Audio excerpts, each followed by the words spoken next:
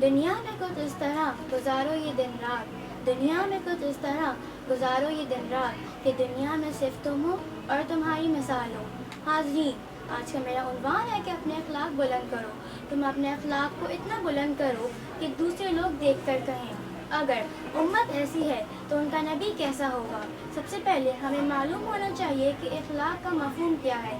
اخلاق خلق سے ہے، جس کے معنی پختہ عادت کے ہیں۔ خلق سے مراد وہ اوصاف ہے جو کسی فطرت اور طبیعت کا لازمی جز بن جائے کہ زیادہ غور و فکر کے بغیر انسان کی زندگی میں اس کا ظہور ہوتا ہو۔ شیخ سعدی کہتے ہیں، اگر چاہتے ہو کہ تمہارا نام باقی رہے، اگر چاہتے ہو کہ تمہارا نام باقی رہے تو اپنے بچوں کو اچھے اخلاق سکھاؤ۔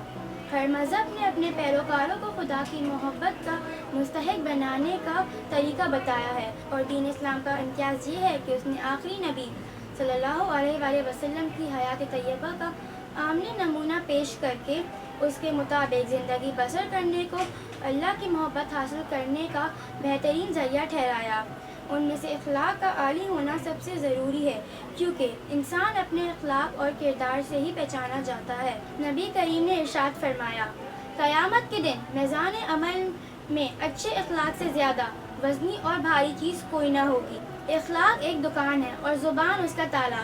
تالا کھلتا ہے تو معلوم ہوتا ہے کہ دکان سونے کی ہے یا کوئلے کی۔ پردہ اقبال، اپنے کردار پہ ڈال کے پردہ اقبال۔ ہر شخص کہہ رہا ہے کہ زمانہ خراب ہے، ہمیں اپنے اخلاق پہ نظر ڈالنی ہے، نہ کہ دوسروں کی خامیوں پہ نظر رکھنی ہے۔ شاید آپ کے اخلاق سے یہ زمانہ بدل جائے، تو آئیے ہم اس رمضان میں اپنے اخلاق کو بہتر کریں اور صاف ستھرا معاشرہ ترتیب دیں۔ بارے دنیا میں غم زدہ یا شاد رہو، بارے دنیا میں غم زدہ یا شاد رہو، تو ایسا کچھ کر کے چلو یا کہ بہت یاد رہو۔ شکریہ۔